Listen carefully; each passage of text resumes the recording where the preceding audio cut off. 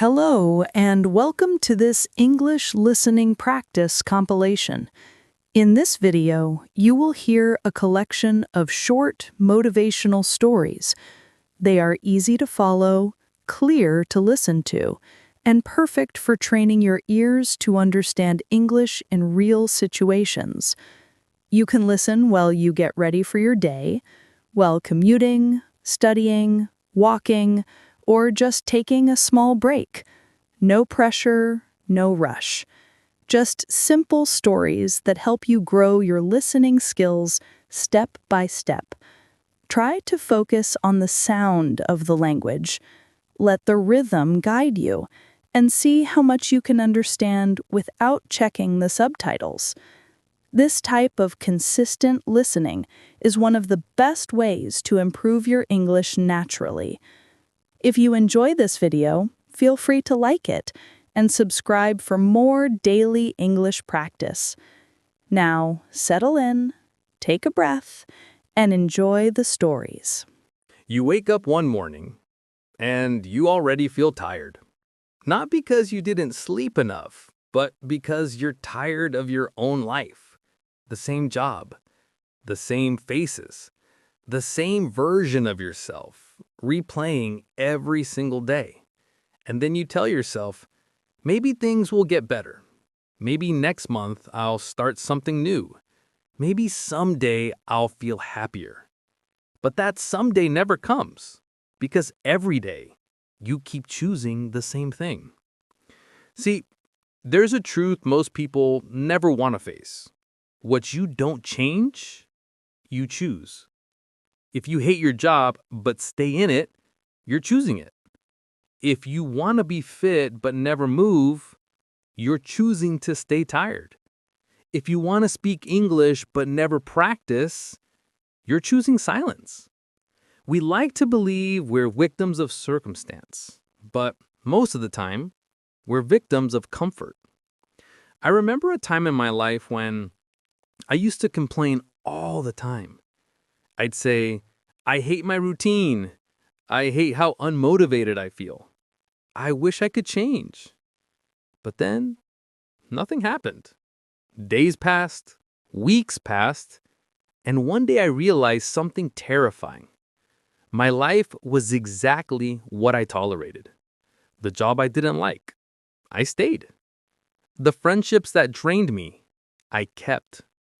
The dreams I had, I ignored. Because it was easier to stay the same than to face the fear of change. And by the way, if you're new here, welcome. On this channel, we learn English through listening to stories. Because one story a day makes your English better. Make it your habit, and one day, you'll wake up fluent. You see, comfort feels safe, but comfort kills growth. It's like a slow, quiet poison. You don't even notice it until you wake up one day and realize years have passed. You say you didn't choose this life, but every time you stayed silent, every time you said later, every time you looked away from your dreams, you were choosing it. And I get it. Change is scary. But you know what's scarier? Looking back in 10 years and realizing you lived the same year 10 times.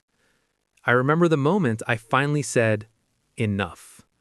It wasn't dramatic, no big turning point, just one quiet evening. I was sitting on my bed, looking at the same old notebook where I used to write my goals, and I saw how many of them were still just words. I felt this deep sadness, but also a spark, a thought that whispered, if I can choose to stay stuck, then I can also choose to move forward. And that day, I made one tiny promise to myself. I wouldn't change my entire life overnight. I would just do one thing differently. So I did. I started learning again, reading, practicing, taking small risks. And soon I realized change doesn't begin with a massive plan. It begins the moment you stop lying to yourself. The moment you admit, this is not the life I want, and then ask, what can I do right now to make it better. Because that's where power begins. Not in control, not in perfection, but in honesty. And maybe for you, that first change is as simple as this. You clicked on this video. That means you care. That means you're searching. That means something inside you refuses to settle. So, welcome. Because on this channel, we learn English here and get 1% better every day together. And while you improve your English, you'll also improve your mindset.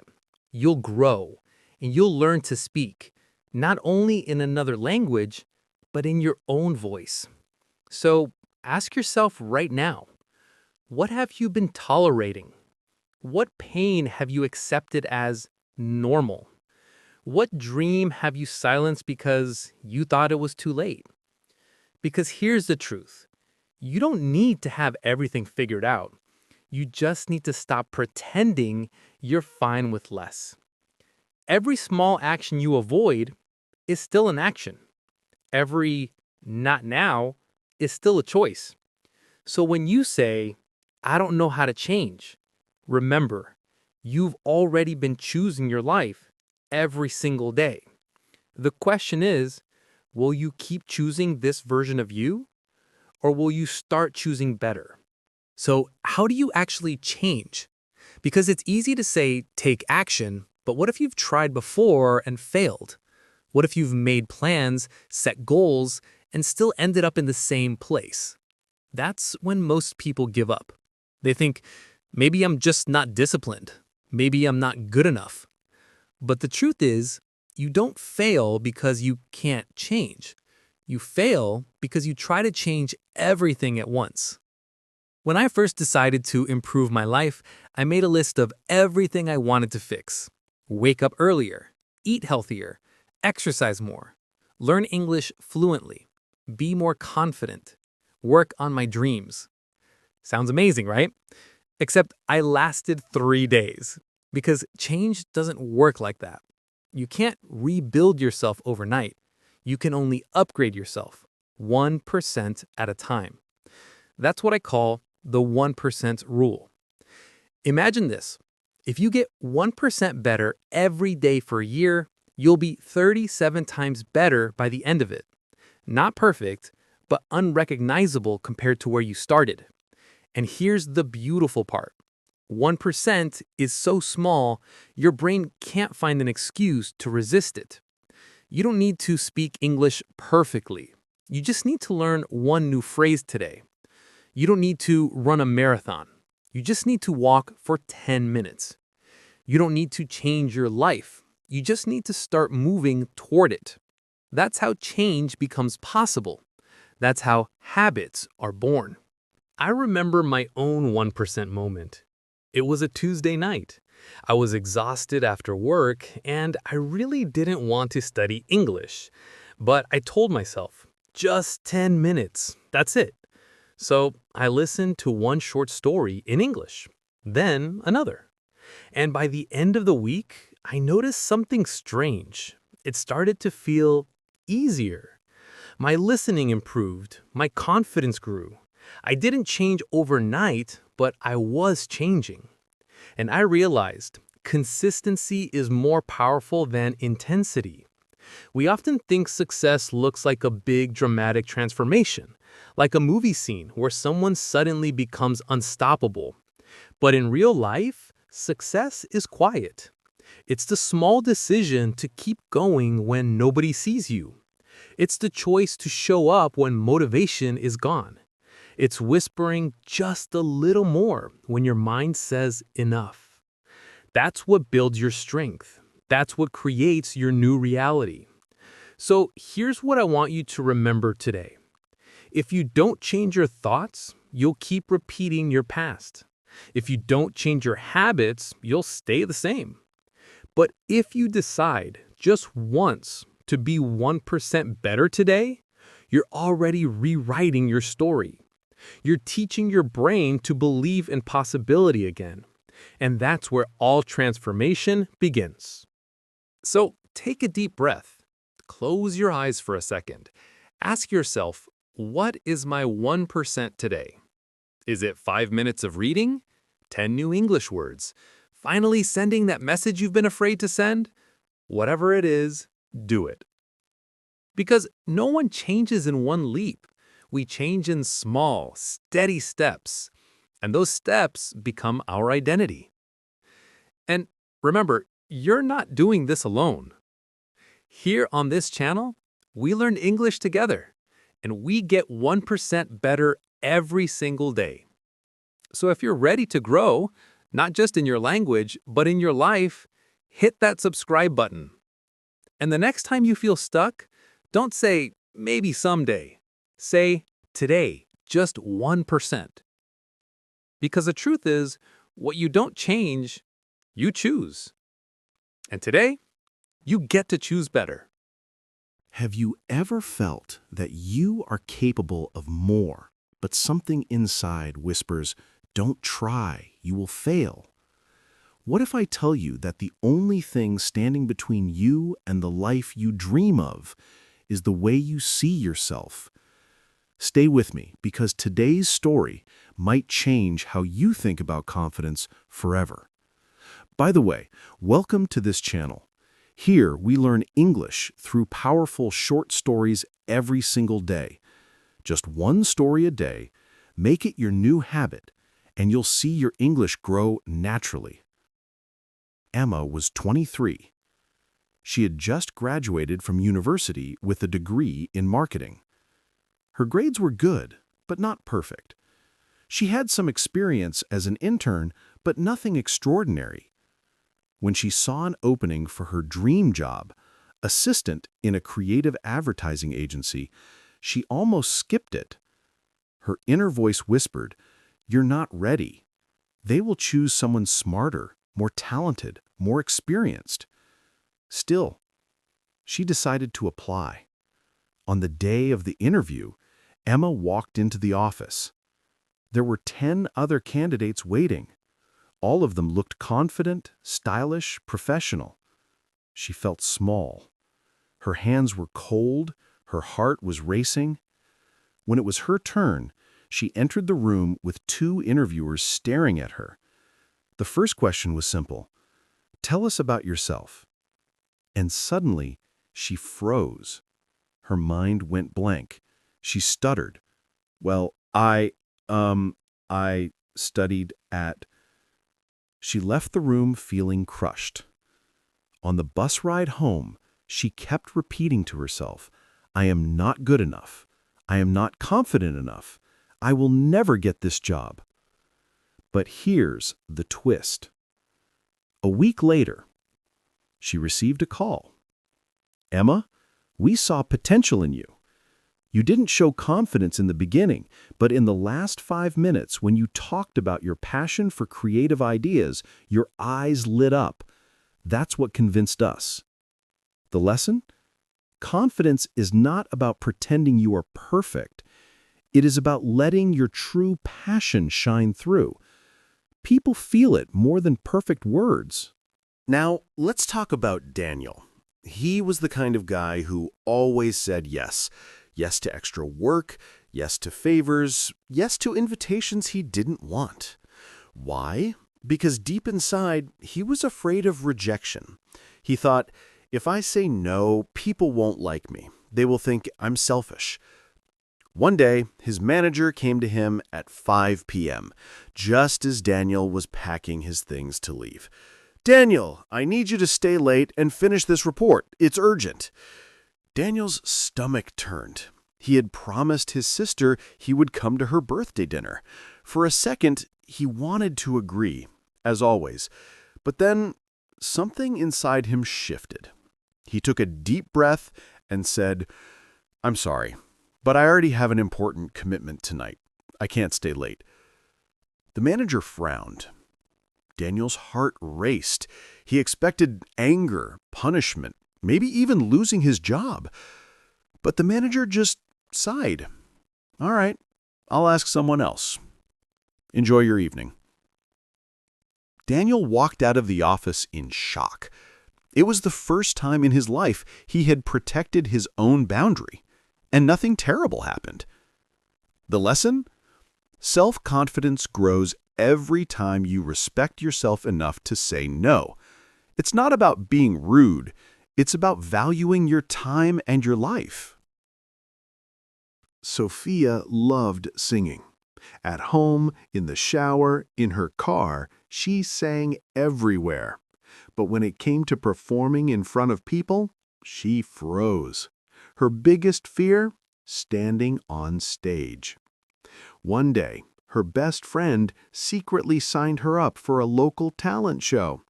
When Sophia found out, she almost cried. "I can't do this. Everyone will laugh at me. I'll forget the lyrics. My voice will shake." But it was too late to cancel. On the night of the show, she stood backstage, trembling. Her legs felt like stone. Her hands were sweaty. The host called her name. She stepped onto the stage. The lights were blinding. The microphone felt heavy. She looked at the audience, about 50 people staring at her. For a moment, she wanted to run away. But then, she remembered something her grandmother used to say. "Confidence doesn't mean you are not afraid.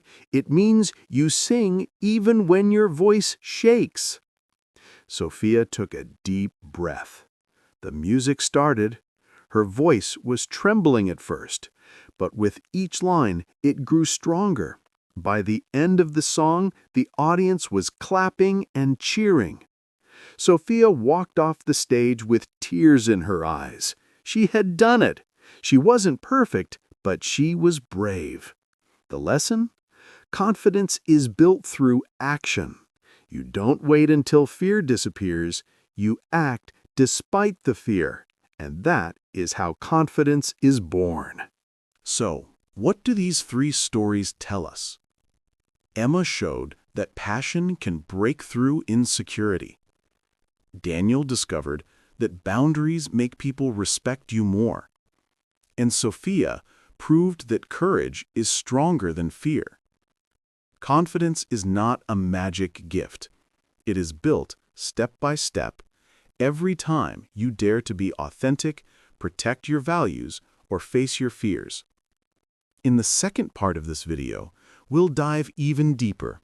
I'll share how confidence transforms careers, relationships, and even the way you see yourself in the mirror. So, stay with me. So far, we've seen how confidence shows up in job interviews, boundaries, and facing fear. But confidence doesn't just affect small moments. It can completely change the direction of your life. Let me tell you more stories. Alex was 30 years old, working in a safe but boring office job. Every day felt the same: emails, meetings, spreadsheets. But secretly, he dreamed of starting his own online store. For 2 years, he kept telling himself, "I don't have enough experience, I don't have enough money, I don't have enough confidence." One day, he met his old school friend Maya for coffee. She listened to his fears and then said something that stuck in his mind. Confidence doesn't come before you start. It comes because you start. That night, Alex couldn't sleep. The next morning, he registered a website, uploaded his first 3 products, and launched the store. The first month, he sold nothing. The second month, only 2 sales. By the third month, he was ready to quit. But Maya reminded him, "Keep going, show up, build your confidence in action." 1 year later, his store became profitable. 2 years later, he quit his office job. The lesson? Confidence is not built by waiting for the perfect moment. It grows through small, imperfect actions repeated over time. Nora moved to a new country. She barely spoke the language. In social situations, she stayed quiet, afraid of making mistakes. At work, she avoided conversations. At the supermarket, she just pointed instead of speaking. At parties, she stood in the corner, invisible. One day, her colleague invited her to lunch. Nora wanted to say no, but something inside her said, "This is your chance." During lunch, she tried to speak. Her sentences were broken, her grammar wrong. She felt embarrassed. But her colleague smiled and said, "Don't worry. I understand you, and I admire your courage to try." That moment changed everything. Nora realized that confidence was not about being perfect. It was about daring to connect. She started practicing every day. At first, short sentences, then full conversations. Slowly, people began to notice her warm personality. 2 years later, Nora gave a presentation in her second language to 50 colleagues. The same woman, who once stood silent in the corner, now stood tall in front of a crowd. The lesson? Confidence in communication grows when you stop chasing perfection and start chasing connection. Story 6. The Athlete's Comeback. Mark was a runner. In high school, he was the fastest in his class, but one accident during training injured his knee. Doctors told him he might never run again. For months, he avoided the track. He told himself, "What's the point? I'll never be the same." But one evening, he went for a slow walk around the stadium. He saw kids running, laughing, falling, and standing up again. Something inside him woke up. The next morning, he put on his old running shoes. He couldn't run, but he started walking every day, then jogging, then slow runs. His knee hurt, but little by little, it healed. After a year of effort, he competed in a local race. He didn't win, he didn't even finish in the top 10, but when he crossed the finish line, tears streamed down his face. Confidence for him wasn't about medals. It was about proving to himself, "I can rise again." The lesson? Self-confidence is built when you honor progress, not perfection. So, what do these stories show us? Confidence is not something you are born with. It is something you practice every day in your choices, your words, your habits. So here's my challenge for you. This week, choose one small action that scares you a little. It could be speaking up in class, sharing your idea at work, or simply saying no when you need to. Do it, and you'll see your confidence grow. And remember, by the way, if you want to keep growing your English while building your confidence, make sure to subscribe. One story a day, one habit, and you'll see the difference. Every day, from the moment you wake up, a quiet voice begins to speak inside your head. Sometimes it whispers gently, reminding you of what you need to do. Other times, it criticizes, worries, or doubts. This voice is called self-talk, and whether you realize it or not, it has the power to shape your thoughts, your emotions, and even your future. The way you talk to yourself can lift you up or tear you down. It can help you move closer to your dreams or stop you before you even try. Imagine waking up in the morning and saying to yourself, "I'm so tired, I can't handle this day." Instantly, your energy drops. You start to believe that everything will be hard. Now imagine instead saying, "It's a new day, I can handle whatever comes." The situation hasn't changed, but your mindset has. That's the power of self-talk. Self-talk isn't just random chatter in your mind. It's the way you explain the world to yourself. When things go wrong, do you say, "I'm such a failure"? Or do you say, "I made a mistake, but I can learn from it"?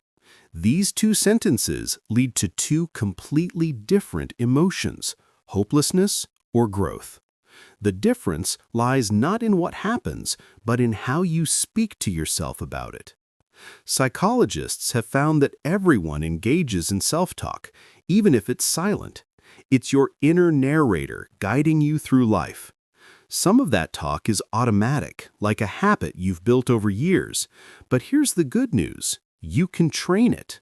You can choose to make your inner voice your biggest supporter instead of your harshest critic. Think about athletes before a big game. You often see them talking to themselves, repeating short phrases like, "I can do this," or "stay focused."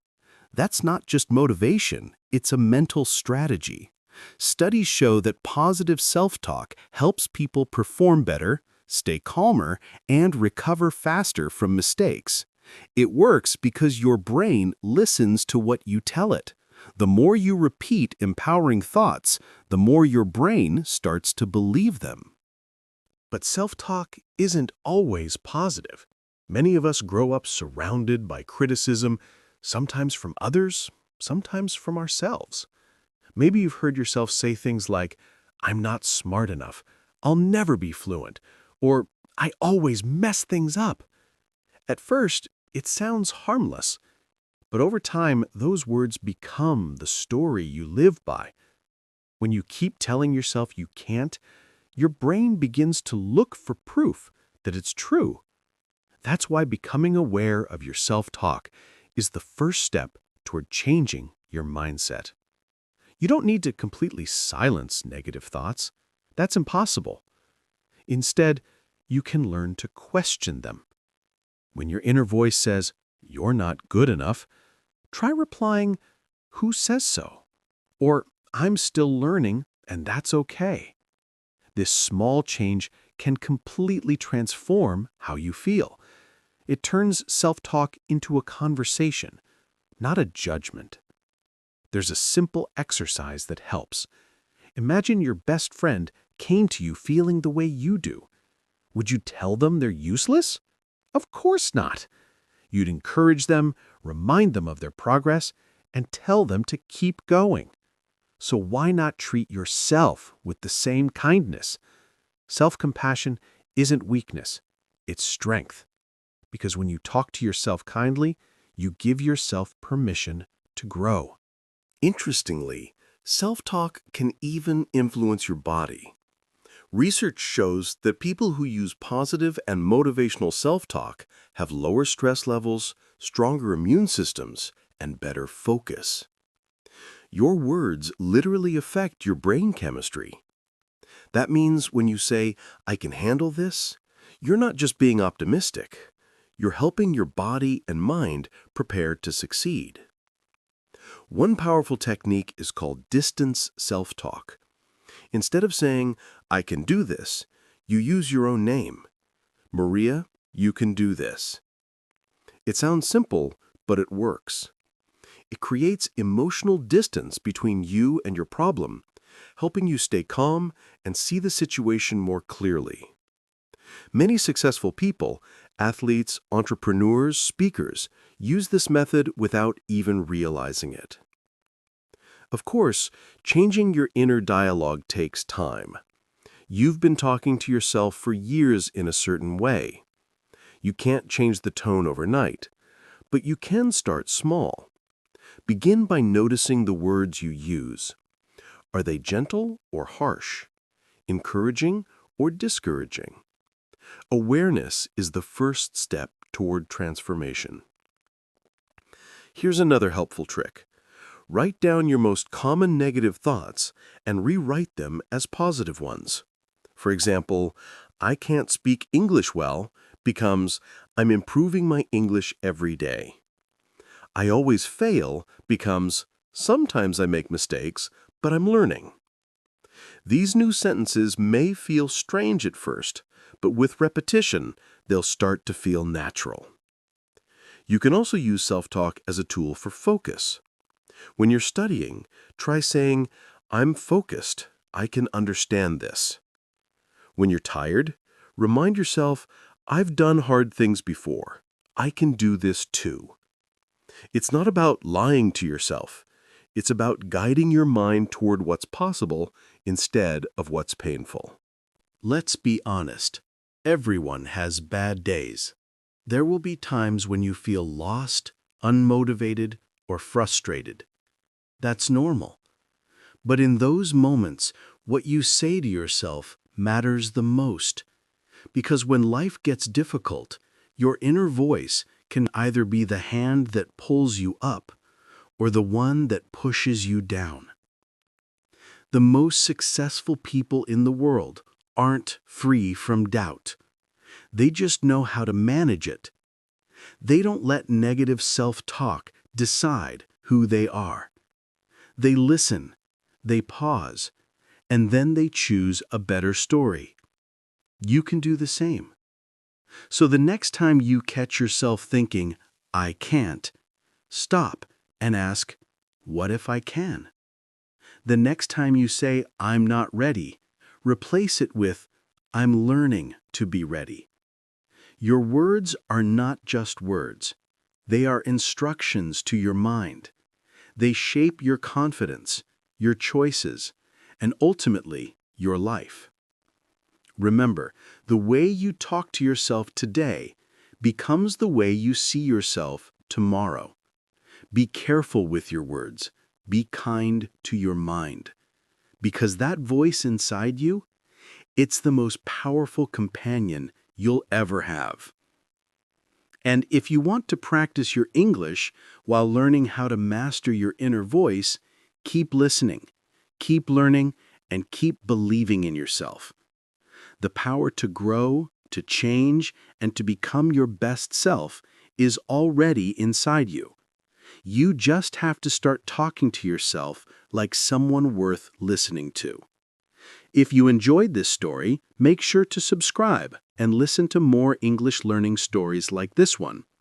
Each video helps you practice your listening, improve your vocabulary, and grow your mindset one story at a time. Keep learning, keep believing, and never forget, your words create your world. Have you ever looked at something and thought, "Wow, that just looks perfect"? Maybe it was a car like a Porsche, maybe a cozy room, or maybe just someone's outfit that felt so put together. You couldn't really explain it, but something about it just felt right. That's the power of aesthetics, the invisible force that makes us feel good, calm, inspired, or even jealous just by looking at something. But why does that happen? Why do some things instantly catch our eyes and make our brains go, "Yes, that's beautiful"? Today, we're going to explore the psychology of aesthetics, the secret science behind why we love certain shapes, colors, and designs, and how understanding it can change the way you see the world. Before we begin, welcome to this channel, where we learn English through listening to stories and reflections that help us grow, think deeper, and see the world with more awareness. Here, you don't just practice your English, you also discover new ideas that make your life richer. So if you're ready, sit back, relax, and let's begin this journey into the beautiful world of design, psychology, and emotion. When you look at something that's aesthetically pleasing, a smooth car, a minimal home interior, or a clean, balanced design, your brain doesn't just see it, it feels it, it reacts. Scientists have found that beauty activates the same parts of our brain that light up when we feel love, reward, or satisfaction. It's like your mind saying, "This is harmony, this feels safe." From the soft curve of a wave to the gentle line of a handwritten note, our brains are wired to find comfort in order and flow. This is not just about art or fashion. It's about how our brains make sense of the world. Let's think about shapes first. Have you noticed how curved shapes, like circles and waves, feel calm, natural, and friendly, while sharp angles feel more powerful and aggressive? That's not random. Curves remind our brains of safety, softness, and nature. Think of hills, clouds, and faces. Sharp angles, on the other hand, signal strength, danger, or energy, like mountains, swords, or skyscrapers.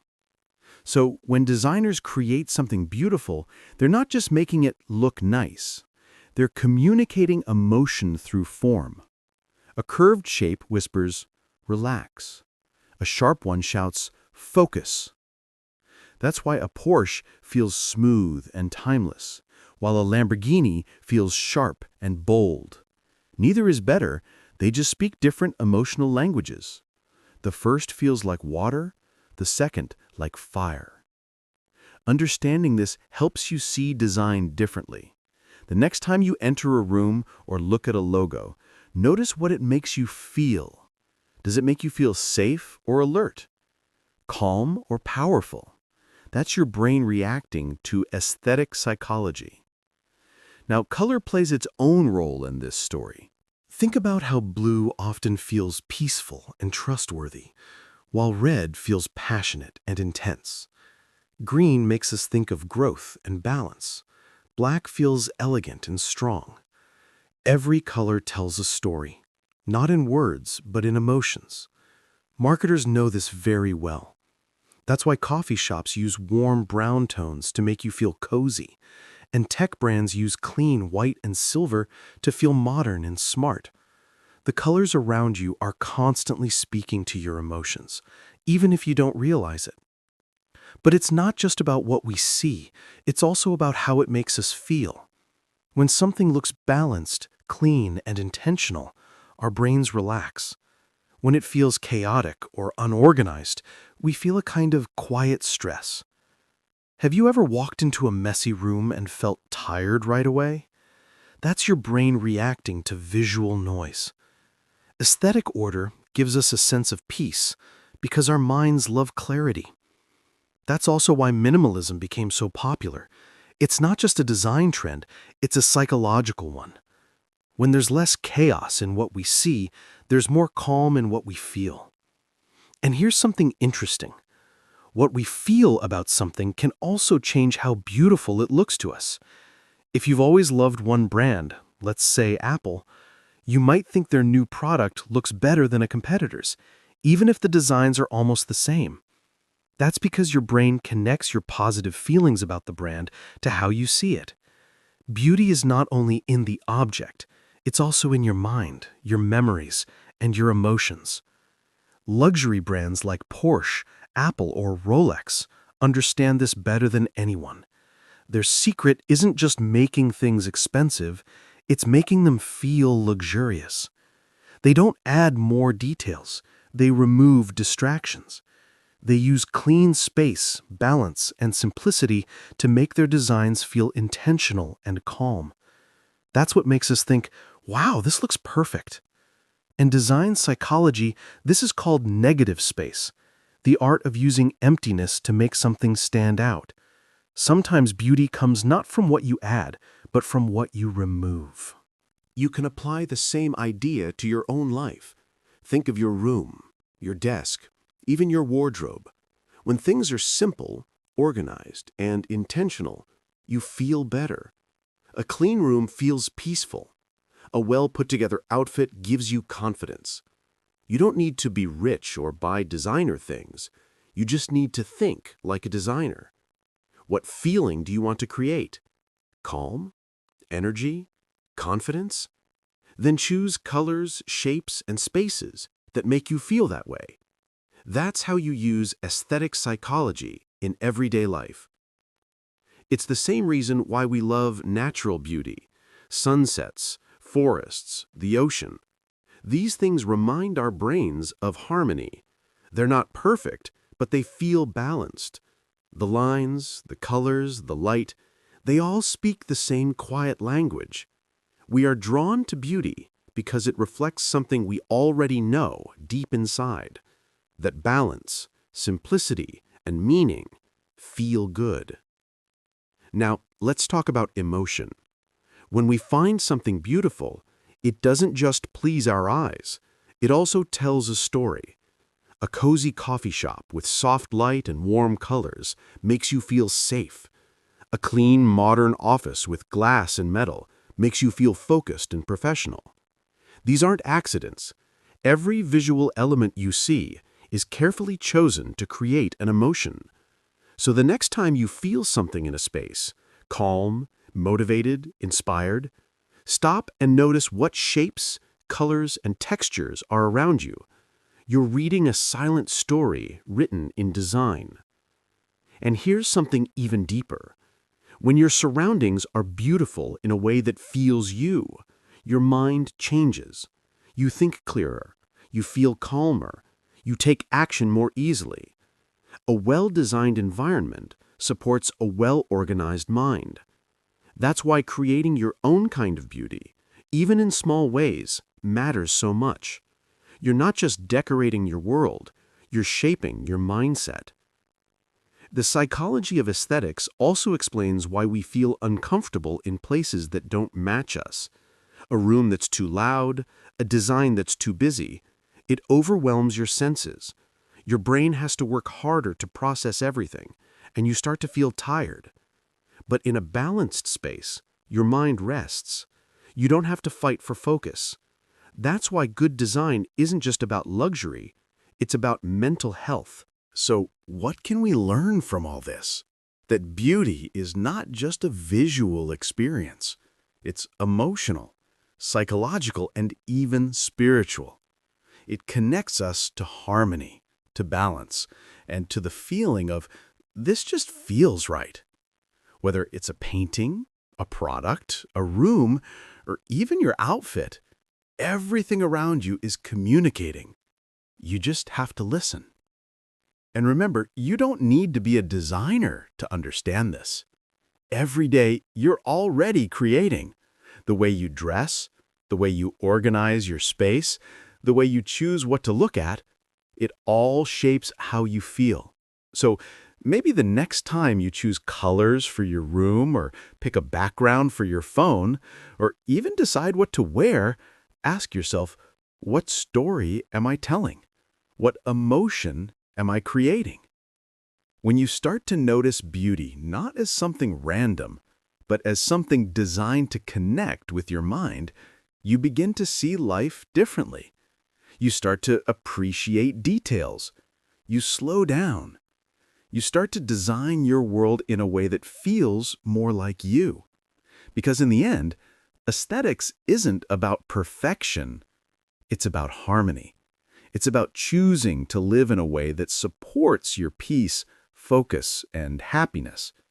And when your world looks beautiful to you in your own way, your thoughts become calmer, your energy more balanced, and your confidence stronger. So the next time you look at something and think, that just looks right, remember, your brain is recognizing order, emotion, and meaning. It's not just beauty, it's psychology. And maybe that's the secret. When we learn to understand beauty, we learn to understand ourselves. If you enjoyed this story and you want to keep improving your English while discovering more about the world and yourself, don't forget to subscribe, listen to more stories, and keep practicing your English with motivation and curiosity.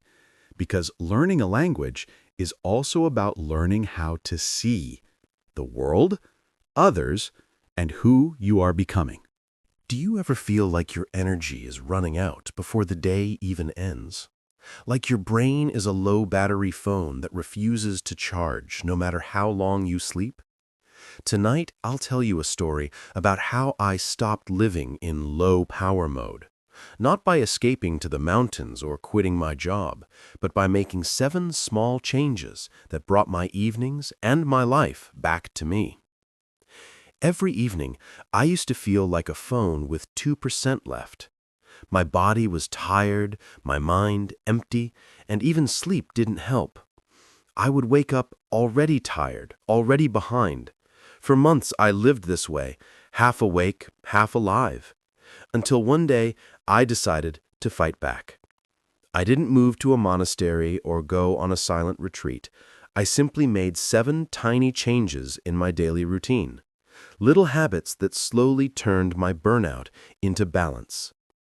The first change was what I call the fake commute. You remember how we all used to complain about the way to work? The long drive, the traffic, the smell of someone else's perfume in the bus. But now, with remote work, my commute is 3 steps from the bed to the laptop. And somehow, that's even worse. There's no line between home and work. It's all one long Zoom call. So I started taking a short morning walk, just 15 minutes around the block. No phone, no podcasts, no scrolling. I called it my fake road to work. In the morning, it takes me to the office. In the evening, it brings me home again. It may sound silly, but that small walk became my personal teleport. It helps my brain switch from deadline mode to dinner mode. It's like pressing the escape key for my mind. My second change was simple. Don't sit on the couch right after work. My couch was like a hungry monster waiting to eat me alive. If I sat down, I'd disappear into it, phone in hand, scrolling endlessly, thinking nothing, feeling nothing. So I made a rule. For the first 20 minutes after work, I don't sit, no matter how tired I feel. Instead, I do something small but conscious. I stretch like a cat. I cut vegetables for dinner. I put on my favorite song. It's not about being productive. It's about reminding myself, hey, I'm a living human, not part of the furniture. The third change, create a soundtrack for freedom. I realized that when I finished work, my brain didn't. It was still answering imaginary emails and thinking about tasks. So I made a playlist, my after work playlist. No career podcasts, no music from my workday, only songs that make me smile, dance, or breathe. Sometimes it's jazz, sometimes retro pop, sometimes old songs from school. The music tells my brain, the shift is over. You're not an employee now. You're a person. It's my elevator from the basement of routine to the sunny balcony of real life. Fourth, don't give your best energy to work. At the office, I used to be the superhero, solving problems, staying late, smiling for everyone. But by evening, I was a gray shadow. My friends, my hobbies, my family, they got the leftovers. I realized I was saving my best version for strangers and giving my tired version to the people I love. Now I keep a little energy for myself. I don't panic over every small mistake or try to please everyone. And guess what? The world didn't fall apart, but my evenings became alive again. The main audience in my life is me, and I deserve the best show, not the tired ending. The fifth rule, learn to say no without guilt. I used to be a walking yes. Can you help with this report? Yes. Can you take this small project? Sure. Can you water my plant on the weekend? Of course, I have no life anyway. I thought being helpful made me good, but really it made me empty. Burnout didn't come from my own work, but from everyone else's. Then I learned a simple but powerful word, no. It was scary at first, but polite no's changed everything. Sorry, I can't right now. I'm full with my own tasks. And you know what? No one died. The plant survived, and I got my time back. No isn't selfish. It's saying yes to yourself. The sixth change, real rest instead of doom scrolling. I used to think rest was lying on the couch and scrolling my phone until my eyes hurt. But that's not rest. That's just mental noise in disguise. So I tried something different, real rest. No phone, no screens, just silence, a book, or journaling. Sometimes I just lie down and look at the ceiling doing nothing, and it feels strange, but freeing. My brain finally breathes. Evenings start feeling longer, mornings less heavy. You don't have to fill every moment. Sometimes, the most healing thing you can do is nothing at all. The seventh one, something to look forward to. My evenings used to be like waiting rooms. just waiting for sleep. But if sleep doesn't recharge you, what's the point of waiting for it? So I started planning one small thing each night that I could truly look forward to. Not something big, just something that feels rewarding. An episode of a comedy I saved, cooking a favorite meal, building a little Lego set. That small plan turned my evening from empty time into living time. My brain got a new message. The day isn't over. Something good is still coming. Now I don't wait for Friday to feel alive. I wait for 7 p.m. on Monday, because that's when my life starts again. Your evening is not a garbage bin for daytime stress. Burnout is not a medal for working hard. It's a warning light saying, check your engine. Real rest isn't lying with your phone and guilt. It's about awareness, boundaries, and a bit of kindness to yourself. Because your evening is not what's left of the day, it's your time to be human. Try even one of these small changes, the silliest one, the simplest one, a short walk without your phone, a playlist called I'm Not My Job, a show you save as a reward. Every tiny act moves you from surviving to living. You deserve to feel alive, not just on weekends, but every single day. So tell me, which one will you try tonight? Share it in the comments. And don't forget to subscribe, because this channel is all about helping you rest, think, and feel in English. Welcome back, everyone. Today's story will help you practice your English listening skills and learn something truly useful: how to stay disciplined even when you don't feel like it. So grab your headphones, relax, and let's learn English through this motivational story together.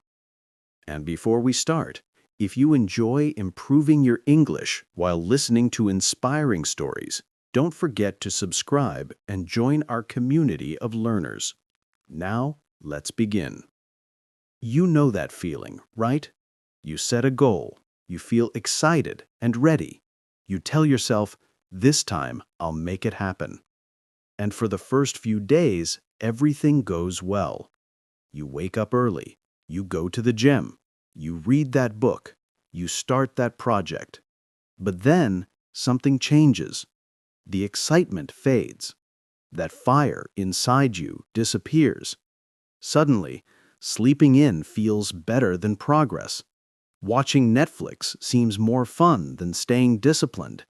And before you know it, you're back where you started, frustrated, disappointed, and asking yourself, why can't I just stay consistent? If that sounds familiar, keep listening. Because by the end of this story, you'll learn how to do what needs to be done even when you don't feel like it. And that's the real secret of success. Chapter 1. The Truth About Motivation. Let me tell you about two friends, Adam and John. Every January, both of them made a list of their goals: lose weight, save money, start something new. Adam went all in. He bought a new notebook, made a vision board, followed motivational pages, and downloaded a perfect morning routine app. For the first week, he was on fire, waking up early, working out, eating healthy, and dreaming big. But after 2 weeks, that fire started to fade. He skipped the gym. He said, "I'm tired. I'll start again next Monday." John was different. He didn't use any motivational tricks. He didn't make a vision board or listen to motivational speeches. Most days, he didn't feel like doing the work, but he did it anyway. He didn't wait to feel ready. He just showed up, quietly, again and again. A few months later, Adam was still planning, still waiting for motivation. John was already making progress, step by step, win by win. Not because he was smarter, but because he understood something important. Motivation is a feeling, and feelings come and go. Discipline, on the other hand, is a choice. It's like a muscle. The more you use it, the stronger it becomes. It means doing the work even when the bed is warm. Showing up when no one is watching. Trying again when you feel like quitting. Ask yourself, are you waiting to feel ready? Or are you becoming the kind of person who acts anyway? Chapter 2. From Feelings to Identity. So how do you actually make yourself do things you don't want to do? You stop acting based on feelings and start acting based on identity. When your actions depend on how you feel, you'll always be inconsistent.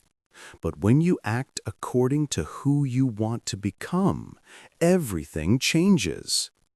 Ask yourself, what would the disciplined version of me do right now? Would they skip the workout? Waste the evening scrolling? Make excuses? No, they would get up. They would show up.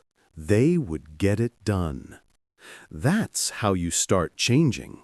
Not by waiting for the right feeling, but by becoming the person who does it anyway. Chapter 3. The 5-Second Rule.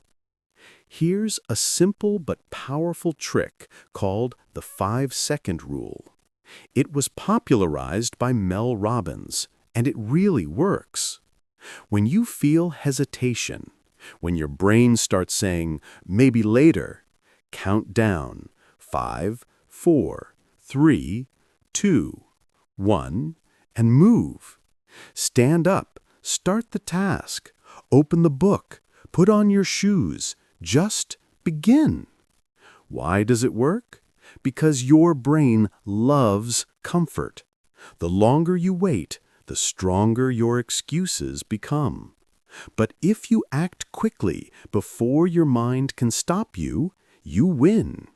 So next time you want to skip a habit or delay a task, use the countdown. It's simple, but it helps you take control of your actions. Chapter 4. The Pain and Pleasure Principle. Here's a truth about human nature. We always try to avoid pain and look for pleasure. But in modern life, the easiest things are often the worst for us. Scrolling TikTok feels good now, but it wastes time. Eating junk food feels nice, but it hurts your health. Sleeping in feels comfortable, but it steals your progress. You need to change the way your brain sees pain and pleasure. Every time you choose comfort, remember the hidden pain, the pain of regret, the pain of wasted time, the pain of knowing you could have done more. And every time you choose the hard thing, remember the long-term pleasure, the pride, the results, the growth that follows. When you connect short-term pain with long-term gain, you start building real strength. Chapter 5. The Power of Small Wins. You don't need to climb the whole mountain today, you just need to take one small step. Discipline is not about doing huge things once, it's about doing small things again and again. Write one paragraph. Do one push-up. Study for 10 minutes. Once you start, you'll often keep going. That's because motivation comes after action, not before it. Don't wait for inspiration. Create it by starting. Promise yourself just 5 minutes of effort every day. Those 5 minutes will grow into something much bigger. Chapter 6. Be your own coach, not your critic. Let's be honest, discipline isn't easy. Some days you'll fail, you'll miss a workout, you'll waste a day, and that's okay.